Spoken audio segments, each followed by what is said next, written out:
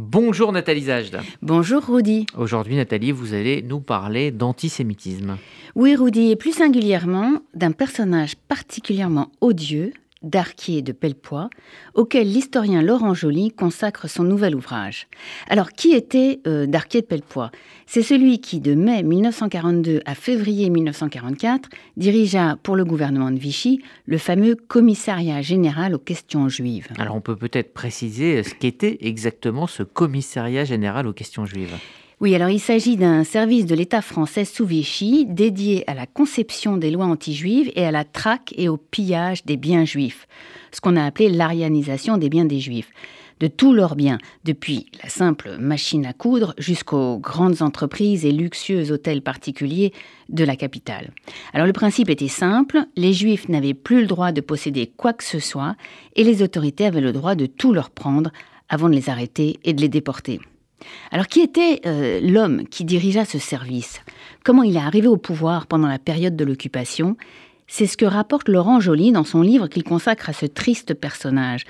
En s'inspirant de la biographie de référence de Carmen Khalil, Joly rappelle que cet homme était en réalité une sorte de raté, dont le père, ce qui donne à méditer, Rudy, était un médecin de province respecté et fervent dreyfusard. Alors ici, ce n'est pas tel père, tel fils. Ah, pas du tout. Et il était d'une famille noble. Ah non, pas du tout. Leur nom était simplement Darquier. Mais ce fils, en échec, a rajouté une particule et un nom pour se faire passer pour quelqu'un d'autre, pour un Français de haut rang. Il avait échoué ses études, il voulait coûte que coûte réussir socialement, il est monté à Paris, a choisi de faire de la politique, et s'il a réussi, c'était essentiellement en se positionnant comme un fervent défenseur de la race pure française et comme un antisémite en chef.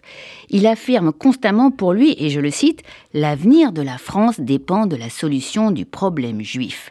Alors Darquier de Pellepoix s'est révélé un profiteur, un usurpateur et un pilleur, un malfrat, comme il y en avait au gouvernement de Vichy, soutenu par les Allemands. Il a inscrit le combat de sa vie dans une idée, une seule, celle de la lutte contre les Juifs. En 1942, il anime une émission de radio 3 fois par semaine dont le thème est « La question juive en France et dans le monde ». En 1943, il crée un nouveau mouvement politique, l'UFDR, l'Union française pour la défense de la race. En réalité, Darquier de Pellepoix était un homme de son époque, qui se saisit de la théorie scientifique et biologique de la notion de race en vogue au début du XXe siècle, développée par des savants et penseurs français comme Gobineau, Drummond, pour réussir en politique. Alors pourquoi pensez-vous que ce livre est important ? Parce que Joly retrace en détail l'histoire de ce raté haineux qui réussit professionnellement en se mettant au service des nazis, en obtenant grâce à eux un poste prestigieux dans la destruction des Juifs de France. On suit pas à pas comment il y parvient, malgré sa nullité, sa bassesse et une vie privée instable. On suit donc son parcours et à la fin de la guerre, il s'est enfui et a trouvé refuge en Espagne. Il n'a jamais été pris, alors qu'il avait été condamné à mort par contumace par la justice française. Et il a continué à dire les pires horreurs au sujet des Juifs. Vous savez, c'est lui qui a affirmé ces horribles propos négationnistes à un journaliste de l'Express en 1978, en disant qu'à Auschwitz, on avait gazé, oui, mais on n'avait gazé que des poux.